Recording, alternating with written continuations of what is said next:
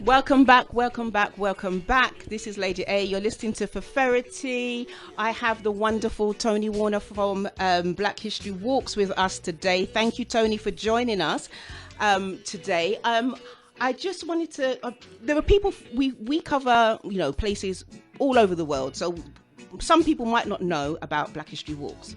So I really wanted to kind of give people a flavour of what Black History Walks is, and then we can get onto the meat of what we're talking about today, which is the Black British Civil Rights Movement. But I wanted to kind of give people an understanding of what Black History Walks is and what you do. Yeah, sure. So we've been going for about 13 years, 13 years, and what we do is we organize walks, talks, and films on the African history of London every single month, all year long. So it's a regular kind of ongoing process. So we have 12 different walks in Notting Hill, Elephant Castle, Trafalgar Square, Brixton, Hackney, etc.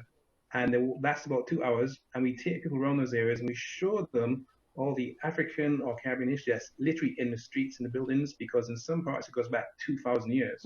Apart from doing the walking tours, we also have talks and lectures. We used to use physical venues like lecture theatres and universities, but now, of course, we do stuff online. So we do a whole bunch of different talks to do with African spirituality, Black women resistance leaders, World War II, Black race civil rights online, and actually in person when we can do stuff apart from the virus. So we do walks, talks, then we do films. So each month of the year for the last 13 years, we have a kind of a deal with a big cinema on the South Bank called the BFI South Bank, not far from Waterloo Street. And we show fantastic films from the African diaspora. So we show films from Kenya, Uganda, Brazil, Cuba, Barbados, America, and they're all from a kind of a Black perspective. You have Black stars, Black producers, Black directors. And we have a film like that every month of the year, plus a Q&A after the actual film. So that's quite unusual because there's no cinema in the country that does that, especially not on a regular basis. So then we have bus tours and river cruises as well. So we have a Black History bus tour, so it's 3 hours long, and basically we have a double-decker bus, and it drives around London. And as we're driving along, we show people the Black history that's, in Brixton, Clapham, in Westminster, in Tower Hamlets, etc. So we take people where the history is. And on top of that, we have a Black History river cruise, and the cruise goes from Embankment down to Greenwich and back up to Vauxhall, so it's 3 hours long. And on the way, while we sail on the boat down the river, we tell people the history on either side of River Thames, because there's loads of it there. And in addition to that, we actually have 4 or 5 historical characters on board dressed as their historical namesakes. So we have Nanny of the Maroons, we have Toussaint Louverture, we have Warrior Queen Santua, we have Warrior Queen Manorinus, and they all are in costume on the ship, on the boat rather, and they all speak for 5 minutes of their history as well.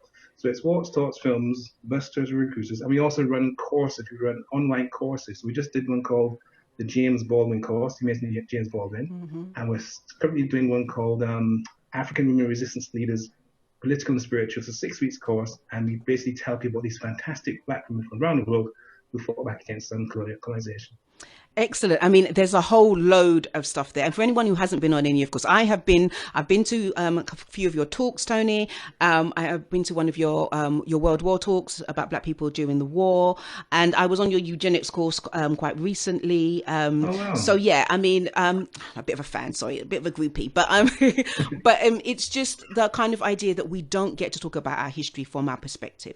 And as I've got you on here, and I mean, I didn't originally want to sort of think about this, but as we've got the statues going around, is that going to affect you if they start hoiking down statues? Are you going to have to shorten the walks, or? No, not at all, because if they took down every single statue that was to do with racism or slavery in Britain, we could still talk about the buildings that were built with the money that came from the Caribbean. So, for example, you see that one of Robert Milligan that took down from the Docklands Museum? The Docklands Museum is in an area called West India Docks. Yeah, exactly. Why is it called West India Docks? Because it was built to handle the massive amount of trade that came from West Indies. And at the time, it was one of the biggest docks in the world. And that was built in 1802 by a consortium of basically slave owners, slave traders, and people involved in slavery. And they built it to kind of control the massive amounts of sugar that came in from the Caribbean. So that place is still there. It's been there for 200 years. We call it Canary Wharf now. Okay. But that is literally full of, built by Black people, and it's 100% Black history there. So they could take on every single statue, there'd still be a whole bunch of Black history I could point out. I mean, if you go to Trafalgar Square, you got the National Gallery, right? That's next to the statue of George Washington, who's another slave owner. The National Gallery, it started off with a collection of art from a guy called J.J. Angerstein, who got his money from plantations in Grenada. So wherever you go in England, in Scotland and Wales, you're going to find a connection to Caribbean or Africa. The Caribbean, because London was built off of slavery, and you know what I mean, major cities were built off of that. Okay, that's good, because it's interesting that, you know, we're sitting down here and we're talking about the statues, and you know, whether they should be there or not. But I think actually what people don't realize is how much the history is ingrained in the whole fabric of British society. I think that's going to be a shocker. So I think you're going to be doing... I'll give you another example, right? Okay. You see, if you go to Notting Hill, right? You go to Notting Hill, there's a famous street market called Portobello Road Street Market. Yeah. It's called, that's what it's called. It's called Portobello Road. Why is it called Portobello Road? Well, it's because a guy called Admiral Vernon was sent to rip off the Spanish colonies in the Caribbean. He was sent to attack a place called Panama. In Panama, there's a city on the Caribbean coast called Portobello. Okay. He ripped off all the money from Portobello, brought it back here, and because it was seen as such a good thing that the British would be off the Spanish and ripped off this city called Portobello, people began to name their land after Portobello, and some of the sailors who got their money from Portobello in the Caribbean then named the land that they bought the money from Portobello, Portobello. So that's how come that road is called Portobello Road, because the British attacked the Spanish in the Caribbean, stole a whole bunch of their money, brought it back here, and then just named the land after where they got the money from, in effect. I could talk to you all day. I could. Well, but we got. Thank you for that, because we kind of, I've always wondered, because I walk around London all the time and you see the names of people, John Smith Street, this kind of street, and I always wonder in the back of my mind, you know, where did they get the money from? Who are these people? But I do want to move on. Because the reason for today's talk is because I want to talk about the civil rights movement in Britain. I want to talk about those Black people that were here and started this movement. I just want to kind of give people an idea. What was Britain like if we're talking about the 1970s, the 1960s, the 1970s? We've got an idea of the Windrush and all of those kinds of things, but just paint us a kind of picture for that time. For 1970s, if you're a Black person in London, Manchester, Liverpool, 1970s, when you came out of your house to go to work or go to school, you could expect to be physically attacked by white people, not necessarily National Front people. I'm just talking about the average white person might attack you, spit on you, slap you around, call you names, etc. This would be a regular, typical, ongoing basis of experience, right? Wherever you were in the country. That's the 70s and 80s too, actually. And what people would do to defend themselves is that a lot of them got involved in martial arts.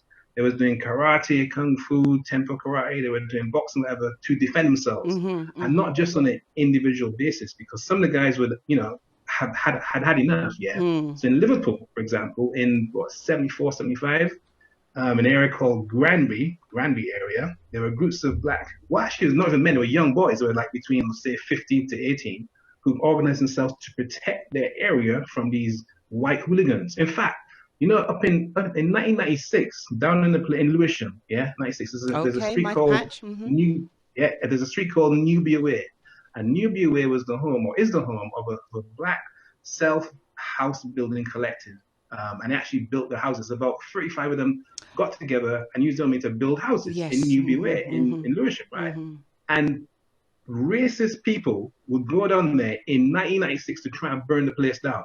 And so I'm not talking about the 70s now, I'm talking about the 90s, where you had organized racist people would try and burn your house down. You didn't do nothing to them, you know, you would just mind your business, but they'd come and try and burn your house down. So people would fight back against that. And that's, I mean, all that is part of the resistance taking place here. That's not that well known at all. And that's just the kind of physical, you know, your own resistance. But there was also kind of organized groups that lobbied for change and equality when it came to policing, housing, education, etc. Oh gosh, we've been hearing about this. We hear about the racism. We hear about it all the time, and I think sometimes it's hard to get your head around it. So, who were the people that decided, you know what, enough is enough? Who were those? Who were the people that kind of put it together? All right. So if we go to the 60s and 70s, there was a group called CARD, CARD. It stands for the Campaign Against Racial Discrimination. And one of the most prominent people in that was someone called Dame Jocelyn Barra. She was Trinidadian. And what she was able to do is, for example, there was a color bar in Oxford Street, Regent Street. You know Central London? Yeah. If you were black, you could not get no job in Oxford Street, Regent Street until Dame Jocelyn Barra and CARD came along and began to kick up a fuss and complaint, right? So she actually organized to have a meeting with the head of the Shop Association for Regent Street in Oxford Street, and she did a deal with them to make them hire a couple of black girls, right? So she was literally told, you can see this on video actually, she was literally told, well, if you can find me 4 pretty black girls, I will employ them, and then my colleagues will follow. And when that man said pretty to her, he meant not too dark, not too black. Right? Yeah, the colorism. Well, absolutely. And that was in the 60s, late 60s, early 70s. And she was successful. She brought the color barrier down. But I can tell you, I have friends from Lewisham as well, actually, who tried to get a job in Oxford Street in the 80s and went there with their white best friend who had the same qualifications as them. And guess what? The white girl got the job, but she didn't get no job. So it was still taking place in the 80s, but on a less obvious level. And that is always how British racism works. It's that kind of covert thing. It's kind of, it's never in your face. I think black people could cope with, the N-word at you and all of those kinds of things. But we're in Britain and they don't work that way at all. So were there any key events, any things that were sort of standout things that have made a difference, or any kind of key things that happened? Absolutely. One of the biggest things we did here that's left out of mainstream history was the Black People's Day of Action in March '81. So this goes back to what's called the New Cross Massacre. Okay, yeah. It was like 13 black kids got burnt to death in a house fire. And I should explain that in the late 70s, 80s, it was normal to have your house have a brick through the window or to be firebombed. It was not unusual for that to happen, right? So there was this suspected arson attack on this house at 439 New Cross Gate down in South London. And as a result, 13 black kids got burnt to death in effect, right? And the police tried to say it was your fault. The police didn't take it seriously. They didn't really find the people responsible. So the black people said, we're not going to have this. And they organized a massive march. It's the biggest march of black people ever. And they walked from New Cross right down to Hyde Park, which is like 11 miles or so. It took place in March and it was kind of wet and cold. But on that march, you had something like between 15 to 20,000 people. And they're marching for equal rights, for justice, against police brutality, for decent treatment. They were marching actually for civil rights in effect, for human rights in this country, right? But what you might find interesting is that if you go to school in this country right now in 2020, you are taught about the March on Washington in America in '63, Luther King and all that stuff. But you're not taught about the march which took place right here in '81 for very similar reasons. So that explains, that helps to explain how it is that people now are talking about, well, let's talk about George Floyd in America, and they're not talking about Brian Douglas or Ibrahim Hussein or Christopher Alda here, because these are all black men who died in police custody here. So there's this kind of deliberate agenda to actually to not talk about this country's history when it comes to racism and civil rights, etc., but talk about American Luther King, because that distracts people from the problems they have right here. I laugh, but it's not the kind because I find it funny. It's just this kind of thing. You were talking about marching, and I remember that march because I lived in New Cross at the time. So I remember the march. I remember all of that took taking place, and I also remember. And I'm also sitting now and thinking, we're on the streets. We're marching again for the very same things that you just listed out, for the very same things of, do you know what I mean, of people dying in police custody and all of those things. And we still seem to be marching again and again and again. I just find it stressful. For me, when I think of the British civil rights movement, I think of Darcus Howe. I remember Linton Kwesi Johnson doing, the poetry or the dub poetry. I was a big thing in that. Can you tell us a little bit more about their involvement? And I remember they had a newspaper. I can't remember the name of it. well, Darkest Howe was a member of the Black Panthers, and so we had Black Panthers here in the UK, not just in America. We had them here. So they had offices in Shakespeare Road in Brixton. They had offices in All Saints Road in Notting Hill. They had offices in Stoke Newington. They also had offices in Yorkshire, about places, yeah. And the Black Panther Party here was about, equal rights and justice. So it was the Mangrove restaurant run by a guy called Frank Critchlow. That's where Darkest Hour would hang out. And he published a paper called The Hustler, and that was a kind of a black newspaper, right, for people in the area. But also in that Mangrove restaurant, what Mr. Frank Critchlow would do, he would actually have a lawyer stationed in the restaurant. So if any young black guy was unfairly arrested by the police, they could come to the Mangrove and get legal advice, and that would help them not get locked up for 10 years or whatever. And it was a real help. So it's a real example of kind of community action. So the police didn't like that because he was actually helping people to fight against the police using the law in this case, right? So the police used to raid his restaurant, like, on a monthly basis. And because he was being raided so often, he was losing customers and they had a hard time maintaining his business. And then, of course, there was the famous trial called the Trial of the Mangrove Nine, when Darkest Howe, Alfie Jones, LeConte, and 7 other people who were all arrested for things they hadn't actually done. But the reason for this arrest and this show trial was to actually shut up and shut down that black leadership and take them out of the community, so they couldn't actually provide leadership to people they were helping out. So that's another example of something that took place here, that black people were organized, they were resisting, they were having their own agenda, and the authorities tried to shut them down by locking them all up. It didn't work because Darkest Howe defended himself in court and actually won the case. So, I mean, it's an amazing story. It is. I remember Darkest, and it's really interesting because they took Darkest, and then he became, a spokesperson. He became not a celebrity, but he became the voice. So they take these, after things have happened, and then we come back again, we're going to look and see who's going to become the voice of this particular episode. But people who've been working on the ground have been doing their thing, who are suddenly going to be thrust forward. And I remember Darkest he was on Channel 4 and he didn't pull punches.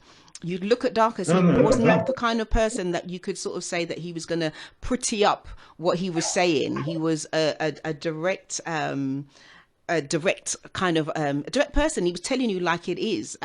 We don't have those voices now. It doesn't feel like we have those kinds of voices now. I think you do have them, but I don't think they get the same sort of spotlight that he got. So I can think of a person, or several people actually, but one I'll mention her because she's relevant in that it links into deaths in custody, because there's a man called Christopher Alda, who was an ex-paratrooper. He got arrested up in Hull in 1998, right? And he actually died in a police station in Hull. He choked to death basically in this police station. And the thing is, it was captured on video. It was actually on the CCTV. It was captured, right? So his sister Janet Alda has been fighting for justice for her brother since 1998, and it was a situation where you had actually video evidence of someone dying in police custody. And the thing is about that is that the officers involved, they had destroyed his clothing, they had dry cleaned their clothing, and they'd washed out the van he was transported in. So it's just pure nonsense what sort of things they're doing, right? What you found is that the way the system worked is that none of those officers kind of went to prison. A lot of dodgy things went on, and actually they retired and they got pensions of something like £6,000. But the thing is that Janet Alda carried on fighting, and it was a couple of years ago she actually took her case to the European Human Rights Court and won her case in court as to the fact that she'd been given cruel, unusual punishment, etc. So that's an example of somebody who won against all odds, right? Because the police were actually spying on her when she's taking them to court, and that came out much later on. And she's still around now doing her thing. But what I've noticed is that when they're talking about George Floyd here, they're not saying, well, by the way, let's speak to Janet Alda here, who had the same issue when it came to police brutality and covering things up.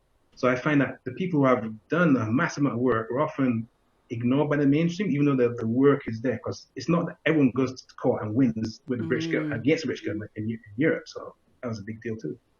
I think we still have this idea that Britain still wants to be the voice of democracy, the voice of reason, not being the ones. We can always say, as my mother would say, look over there, no look here. You know what I mean? Look at what everybody else is doing. Don't look at what we do. Don't look at the things that we do. And I want to go back to those 70s, that 70s time. And I remember growing up, if you had locks, the police harassment, and I remember the meat wagons, as they were called. I'm showing my age. I'm not going to lie. I'm showing you my age. You know what I mean? Meat wagons and all of those kinds of things. Was the harassment really that bad? Am I living in a dream world? Was the harassment that bad? It was terrible because up until 1984, at least 84 is when it kind of officially went out of fashion. The police had a law called the SUS law, SUS SUS law, which meant that as an officer, if they saw you walking down the street and they suspected that you might commit crime in the future, so suspect might future, they could arrest you and take you to the local police station. And on the way, they'd often beat you up and often plant evidence on you. This is a fact. You can find officers saying this on camera. And this was normal police behavior from the 50s, 60s, 70s, 80s, and a bit of the 90s too. You know, it kind of died out to some extent. So you can imagine how many young black guys got beaten up, got arrested, got records, went to prison for things they never actually did. And that is another part of the hidden history here that people don't fully appreciate how bad it was here when it came to policing. Quite apart from housing and education, policing could literally mess up your life. And this was an official law up until, like I said, the mid-80s. So a lot of people your age, my age, maybe a bit younger, would have been affected by that when it came to either getting beaten up. In fact, there's an author called Alex Wheatle, and he talks about it in his books that, this police brutality was just such a regular thing that if you went into a Brixton police station, you could expect to hear screams and moans from the people who were being beaten in the cells next door to yours. So it was a major issue, not wrong at all. That was a massive impact on that community. Well, for those of you who've just tuned in, I'm talking to Tony Warner of Black History Walks. We're talking about the Black British Civil Rights Movement. We're talking about Britain in the 60s, 70s and 80s. We're talking about the British George Floyds that have gone unmentioned and unspoken. If you want to send in a question, the number is +44 730 541 7668. If you want to send us a text. We can ask Tony any questions. I'm sure you'll be able to give an example. Yeah, go ahead. Of some successes that we've had in that time, right? Because speaking of statues, now in front of St. Thomas Hospital is a statue of Mary Seacole. Yeah, okay. Now that statue is only there because of a massive kind of support from the black community about fundraising, about raising awareness. And if it wasn't for people like Professor Elizabeth Anionwu, who is Professor of Nursing at Thames University, she's also a dame now, right? And she actually starts off as a mixed race child born into a children's home back in the 1950s. So you can imagine in the 50s being black or mixed race was even harder than it is now. So she was able to kind of survive all that, and she sets up a sickle cell treatment center, which is still going out. So back in the 70s, people were suffering from sickle cell, but the mainstream didn't know how to deal with it. But Professor Anionwu sets up a kind of a treatment center, then it becomes a center of national practice, then it's spread across the entire country. And that's an example of someone who resisted and actually made a change across the entire nation. And that's just a sickle cell thing, because when it came to the statue of Mary Seacole now, once she was elected as the #1 most popular Black Briton by Patrick Vernon's Every Generation kind of voting program, Professor Anionwu said, let's make a statue about her. It wasn't just her, of course, it was other people, but she was one of the ringleaders, right? And it took them about, I think it was 12 years to raise the funds, and they had to negotiate all sorts of obstacles, because there's one statue of a black woman, which is in Stockwell. You know Stockwell Tube Station? If you come out of Stockwell Tube Station, there's a statue of a black woman called the Bronze Woman, designed by a lady called Cecile Nobrega, and that is the only proper statue of a black woman, up until Mary Seacole came along. So that shows you how much farther we got to go. But bearing in mind, going back to Professor Anionwu, she organizes, she lobbies, she corresponds, etc. She raises funds, and she has to overcome these obstacles of people saying they don't want a statue of Mary Seacole at that venue because it was too big, that Mary Seacole wasn't really black, and she wasn't really a nurse. All these kind of things were put in her way, right? But long story short, she overcame all that stuff. And right now, there's a fantastic, massive statue, 9 feet tall, of Marie Seco in front of St. Thomas Hospital. And she's also on the curriculum, which was not the case like 25 years ago. So that's an example of the successes we had that people have had to kind of lobby and fight for and argue for, and they've done it and they've won. And that's the thing, that everything we've had to fight for. And the unveiling of the World War II Black Soldiers monument that's down in, is it One Windrush Square down in Brixton? Yeah. The fight that had to go on to get that put in is just, can you tell us a little bit about that? Well, that was Nubian Jack. Nubian Jack is a young, he's not that young now, but Nubian Jack is a brother, he has put up at least 50 plaques to Black people across the country, including up in Hadrian's Wall. And his motivation was to actually recognize these Black heroes and heroines who've been around for the longest time, but have been left out of history. So he said, let me get a fundraising budget together, let me get permission, let me contact the High Commissioner, let me do all this kind of stuff and put these plaques up. And again, that's an example of, success and self-reliance, because normally you'd write a letter to something called English Heritage to say, please, sir, I'd like to recognize, Harold Moody. And they'd say, well, not interested. In effect, that's what would normally happen. But Nubian Jack said, let's just do this thing ourselves. And he actually was able to raise funds for 50 plaques, which is that's at least like £500,000 worth of fundraising and organizing all the rest of it, yeah? But as far as the World War II is concerned, again, there was no recognition to the Black guys who served in World War II, who came from Africa, came from the Caribbean. And Nubian Jack got together, he organized, and he got this granite statue, and he got permission, and he fought a whole bunch of battles, and then eventually was opened. I forget when it was actually unveiled, but when it was unveiled, he had members of the government down there, he had the mayor down there, and it was a big deal. It wasn't that long ago. It was like, was it 7 years ago? It was recently, yeah. I don't think but that's another a few years ago. It wasn't that long ago at all. But again, that shows how lax Britain has been when it comes to recognizing the Black contribution here. It also shows how successful and how determined people like Nubian Jack are to actually get that done. It's still there now, So every year now we have a ceremony down there to recognize the contributions of African Caribbean soldiers. I think we do need to have the kind of, when we're thinking about the Black British movement and the civil rights movement, what is the legacy of that? I mean, we're into 2020 now. I was reading something the other day about the Runnymede Trust. Did that come out of that? Was that something that was set up alongside it? Yeah, well, the Commission for Racial Equality, that comes out of the legislation around race relations. The Runnymede Trust, I think, is a private organization. I can't remember for sure. But yeah, you're right. All these bodies we have now, the CRA, it's called the Human Rights Commission now, the Runnymede Trust, the Windrush Foundation, all comes out of, grassroots movement. In fact, if I speak about the laws, right? So the Stephen Lawrence family, their son Stephen was stabbed to death in 1993. And initially the police said there's no racism here. He's probably a thug, probably a burglar, right? And there was a big, massive campaign to get justice for their son. And that ended up with the Stephen Lawrence inquiry first. That was an achievement by itself, but that inquiry said the law must be changed, and the law is changed in the year 2000. And the year 2000 is when you have a new law coming in about race relations, but also you have a lot of training. They used to call it anti-racist training, now they call it diversity training. But all that training, all that legal change, all that way that they actually began to take racial attacks much more seriously, came out of that struggle, which is within our lifetimes now. So Stephen Lawrence, his mother, Doreen Lawrence, his Neville Lawrence, and that whole team, and Dan Abbott and other people all lobbied, protested, argued, wrote, etc., marched, and they got some sort of justice in that the law was literally changed because of their activity. And that's within the last 20 years or so.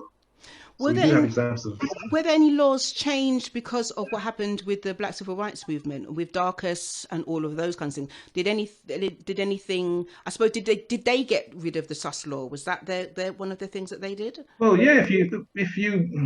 If you think about the sort of things they were saying, they were complaining about sus law back in '71, right? They were complaining about it in the '50s actually, and I suppose another aspect of fighting for your rights is what was called the Brixton Rights of 1981, because that links into the sus law, because you had the New Cross fire, in January. You then had the Black Hills Day of Action, the march in March, and then later on that same year you had these uprisings in Brixton. because there was something called Operation Swamp, which is when the Met Police went in there and stopped about 1,000 people in like 3 days or so. And people just kicked off and said, enough is enough. And because of all those issues together, this leads to a change in the law, a change in the behavior. So you have the Race Relations Act of 65, then 68, then 76. And each law is preceded by some sort of kind of commotion, some sort of kind of lobbying, some sort of demand. So if I go back to the 65 law stuff, the Race Relations Act of 65, that comes out of the Bristol bus boycott in Bristol. Absolutely. Because a guy called Paul Stevenson black people could not get jobs on the buses in Bristol. So what is weird is that, right? Check this out, right? World War II ends in 1945. So you can get in a bomber plane, fly to Germany, drop some bombs in Germans, come back, right? You can do that. But you can't drive a bus in 63 in Bristol. That's how bizarre it was. Anyhow, Paul Stevenson organizes a bus boycott, which is successful because he gets black people jobs on the buses. That embarrasses the government. And in 65, that's when the first law against discrimination comes in, 65. And then, of course, they keep on lobbying, arguing. Then there's one in 68, then there's one in 76. And so each law you have there is as a result of protest, organization, demonstrations from the black community, which helps them for some white people as well. So we have to just so we've fought to get to this point, yet we're still fighting, we're still here, and we're here now with the George Floyd thing, we're here now, and we've still got the deafs in custody. What would you like to see come out of this whole George Floyd thing? What would we're protesting. It doesn't feel like there's a real way of ending this now. I'm trying to think of a way forward. What are your thoughts? Well, what would I like to see? I think it's been already said that there should be a change in the curriculum. And that's been said like for 50 years now. I mean, going back to 2000, one of the Lawrence Inquiry recommendations was that the curriculum should be changed. And to some extent it was changed, but it was a bit of tinkering around the edges and they didn't really fully embrace it. So, for example, as you know, we tend to have some Black history in October. And when we have in October, they'll teach you about the slave trade and then maybe Martin Luther King, and that's it for that matter. So one thing that should come out is that you should have integrated African history, Black history into curriculum from start to finish, and it should start with African civilization before Europeans got there, the civilizations, art, culture, universities, kings and queens, etc., and then put the slavery into a context, and also make sure that people here know how much Britain benefited from the colonialism, from empire, from slavery, and literally connect the dots. The same dots we show people on the bus turn river cruise, right? And the walking tours, that stuff should be in the curriculum already. So people then cannot then sit down and say, oh, well, we should live up our statue of Colston because he was a great man. Because when you think that great man was endorsing torture, rape, mass murder, enslavement, etc., how can he then say he should be on a pedestal, respected? That's bizarre. But that's part of the whole lack of education on these issues. I'm in two minds about this, and I hear what you're saying, and I do agree that young people need to know about African history, about our contribution. But having been through this British education system and listened to white middle class, well-meaning, I'm not here slagging off any teacher because I know that's a tough job, you know what I mean? Especially as me as a 14-year-old. But to kind of see white middle class people who are already apologists for British history, who already are going to be uncomfortable with the truths that probably they didn't even know were having to. I think it's more, I would suggest that we have more of that Saturday school kind of thing, or a way that it's black people teaching black children about their history and the wider community. I'm not sure if being in the curriculum is going to make that much the difference that we think we're going to make, if it's going to be taught by Jane and Karen and all of those people who are already uncomfortable. Well, I'm down for Saturday schools. And I think you can definitely have your Saturday schools. Actually, you know what? When it comes to Saturday schools, there's been a big drop off in attendance because there was a lot more Saturday schools in the 70s days than there are now. And that's because our people have not been endorsing them, supporting them. So that's our thing to kind of deal with that. Definitely it's the best way is to have the Saturday school teach your history from people who, know it and look like you. I'd agree with that point. But what's happened is that our people have not been endorsing, supporting the Saturday schools. That's an issue for us to solve, right? Yeah. But as far as the mainstream is concerned, it is definitely down to them to or down to us and them to reflect the history of the nation and not just go with these total lies, you know? Because what you get in total lies total lies it is. I mean, we're sitting down here now, we're all having this big conversation about Churchill and whether we should take down Churchill, and I say leave Churchill is fine, but just put him in the context of who he was. He represented empire and all that was.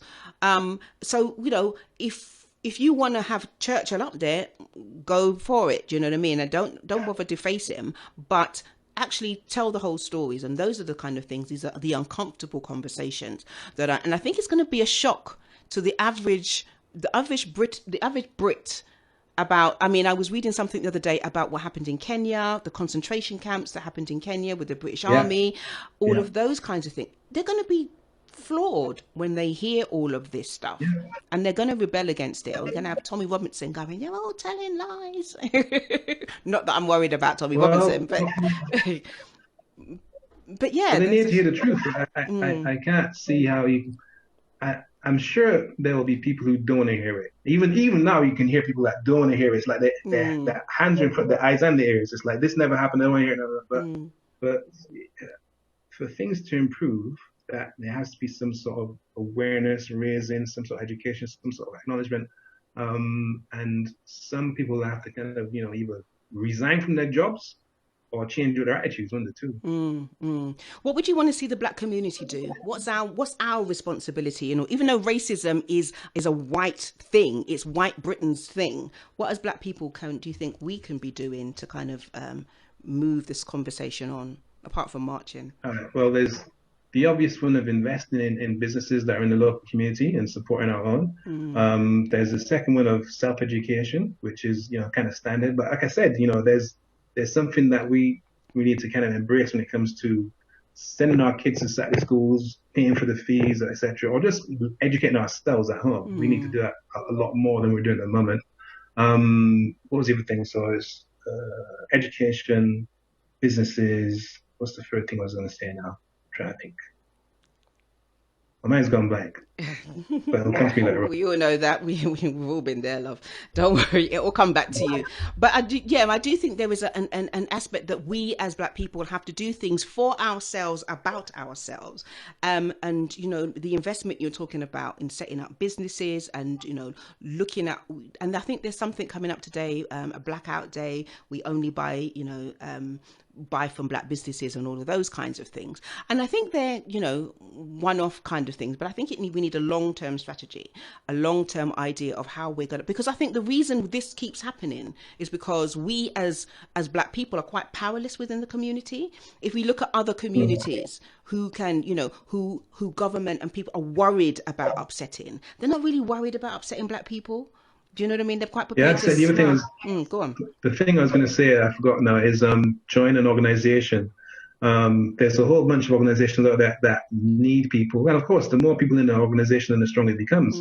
So whether it's like a educational lobby group or political lobby group, or just like a helping old ladies across the street group, there's a lot of groups that you can get involved in. And if you don't see one you like, then you set up your own one. So, for example, I know a guy who runs the National Association of Black Saturday Schools, and that is a self-help group that actually lists and catalogues all the Saturday schools in the entire country. And that's somebody set up by himself, and he kind of runs by himself, and it's like a fantastic resource, right? And there's a whole bunch of other organizations like that right now that need people, need some investment, need people to just get involved, or need people to even be aware of them so that they can actually support them and endorse them. So that's another thing I would say. Yeah, we've got to take this mantle up ourselves. We've got to do for us kind of thing. We can't keep relying on other people to, the wider community to kind of say, oh, yes, we realize we've done wrong. We're going to behave better. I think they're quite happy to poodle along and do what they need to, what's good for them or it's working. They're not really fussed if it's a bit of racism, you know what I mean? They'll make a payout kind of thing. It doesn't really affect them in any way. So we need to kind of do for us as what we need to do. Is there any last message? Is there a message that you want to give out? Some last thoughts, especially about the civil rights movement? Do we need a new civil rights movement? Do we need to get together again? Do we need to start where Darkus and all of them left off? I think people already picked up that baton and they're carrying on right now. There's people in community groups and even in Parliament that are kind of standing on the shoulders of other people who went in the past. So we had Lord, in fact, let me go back a bit. So Lord Pitt, he was a black doctor who then became a member of the House of Lords, and he mentored people like Bernie Grant, Dan Up, and that generation, right? So those people, well, Bernie Grant's dead now, of course, but that generation is in power now, and they're mentoring another set of people. So there's a lot of mentoring going on, but like I say, it doesn't always get the kind of coverage it deserves, and people should try and find as much about what's happened in the past for us to be here, because even like right now, you got a radio show, right? And I'm sure that radio show was set up by somebody who just got together and thought, let me do something, made a difference, put their own money into it, and probably spent like 15 hours a week doing it without any kind of pay. And you just big up freestyle out there. Because actually that's another good example, because even what we used to call pirate radio stations is an example of civil rights and resistance, because the mainstream media was not playing our tunes or wasn't addressing our issues. So people began to set up, Galaxy and Kiss, and before it got taken up, of course, and all these other stations. Yeah. And these stations are your station is a stand on the back of them station before you, right? And that's addressing the need that's not supported by the mainstream. And just like I said before, you need listeners to listen to you and send you some money every now and again and kind of endorse your product, etc. And then you can give them this information and not get from mainstream. So this is the sort of thing we're talking about. This is civil rights right here between you and me and your listeners. I'm part of the movement, people. You are. Me and Tony together, we are doing it. We are fighting for black people. We are being a voice. And I think that's right. We do need to be a voices. We need voices. We need action, though. And I think the one thing I would say is, yes, we do need to be doing our thing. We need to be doing us, so that our voices said by us, the things that we need to say, the things that our children need to hear, need to be said again and again and again.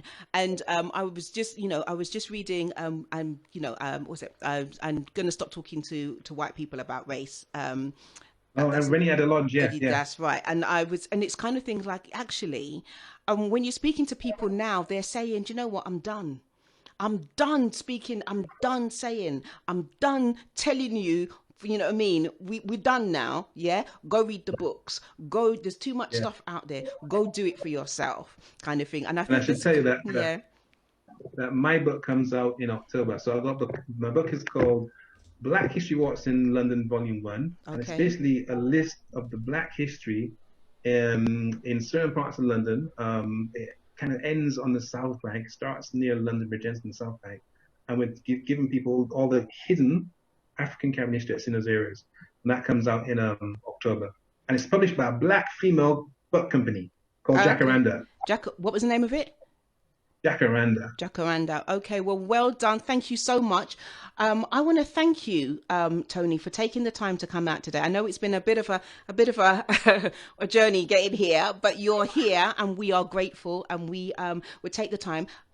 What is your next talk? What is happening with Black History Walks? What is your next event? Right, this weekend we got an event titled Jim Kelly, Kung Fu and Black British Civil Rights. It's all about the impact. You know Jim Kelly, right? Yeah, I do. Remember him? Yeah. All right, so Jim Kelly was a massive black superstar back in the 70s, a Kung Fu super. He was the first black martial arts superstar, yeah? So he had a big impact on us over here. Remember I said about how people had to defend themselves from the house? So when he was on screen doing his Kung Fu thing, a lot of black guys said, let me do that too. And they were then able to go and defend themselves in Hackney and New Cross and wherever it was, right, against these races. So we're going to look at some of Jim Kelly's films, his film career, and his global influence. We're also going to look at some street fighters from London and from Bedford and from Liverpool who were literally on street mashing up the racists, with their martial arts skills. And that's going to be this Sunday at 3:00. And it's on the website, which is just blackhistorywalks.co.uk. You have been a pleasure. I thank you for your time. Listeners, you've been listening to Tony Warner, Tony Warner, Black History Walks on Feferity Radio. I'm going to play us a little tune. Have you got anything? I'm just going to play, are you a reggae man? You're a soul man? What's your beat? What's your ting? What's your ting, Tony? I like R&B, so if you got R&B? any, let me see now. Earth, Wind and Fire would do. Earth, Wind and Fire. Or, yeah. Well, or the Sugar Hill Gang, the old rap tune. the rap, you know what? Or Anita Baker.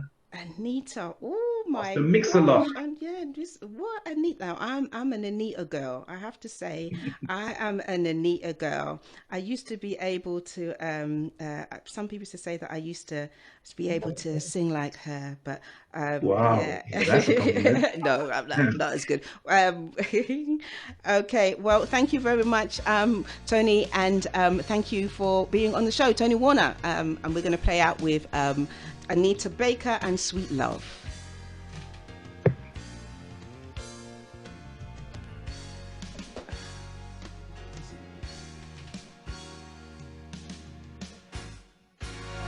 With all my heart, I love you, baby.